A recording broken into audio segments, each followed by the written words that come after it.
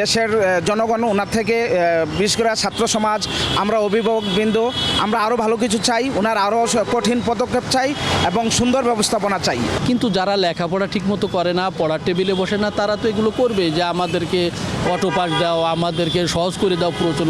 বাংলাদেশের শিক্ষা ব্যবস্থা কেমনে ভালো হয়? শিক্ষামন্ত্রী নইলে মানুষ তো সে অমানুষ না, পশু না। আর শিক্ষাই জাতির মেরুদণ্ড। শিক্ষামন্ত্রী অবশ্যই যেন এইভাবে কঠোর ব্যবস্থা নেয়, আরও কঠোর হইতে হবে তাকে।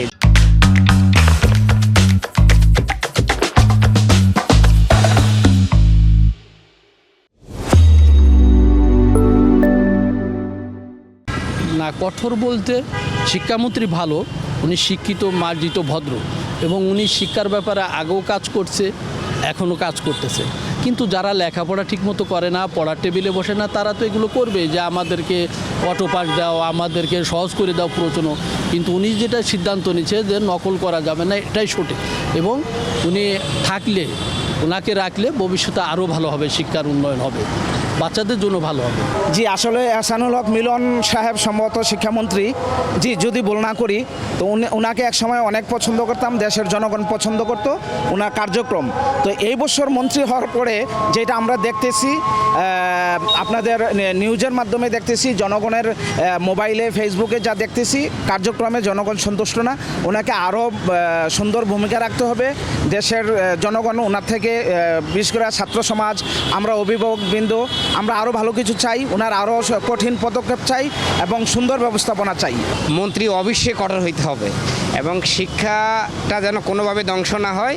অবশ্যই মন্ত্রীকে এত কঠিন ব্যবস্থা নিতে হবে, শিক্ষা কোনোভাবে যেন ধ্বংস না হয়। আর শিক্ষাই জাতির মেরুদণ্ড। শিক্ষামন্ত্রী অবশ্যই যেন এইভাবে কঠোর ব্যবস্থা নেয়, আরও কঠোর হইতে হবে তাকে, যে শিক্ষা ব্যবস্থাটাকে যেন আরও সামনের দিকে অনেক দূর আধুনিকভাবে এগিয়ে নিয়ে নেওয়া যায়। বাংলাদেশের শিক্ষা ব্যবস্থা কেমনে ভালো হয়?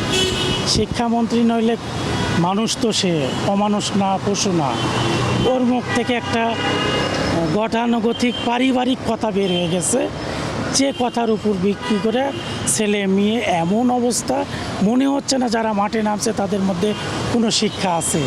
তাহলে একটা পরিবার প্রধান যদি শাসন করে, তার উপর যদি বাড়ির ওই আর মেম্বারগুলো লাঠি সোঁটা ব্যবহার করে, তাহলে পরিবারের প্রধান কিভাবে শাসন করবে?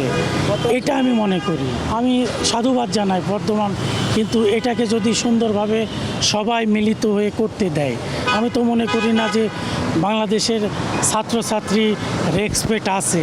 যদি রেসপেক্ট থাকে বাস্তবায়ন হবে, আর রেসপেক্ট না থাকলে বাস্তবায়ন হবে না।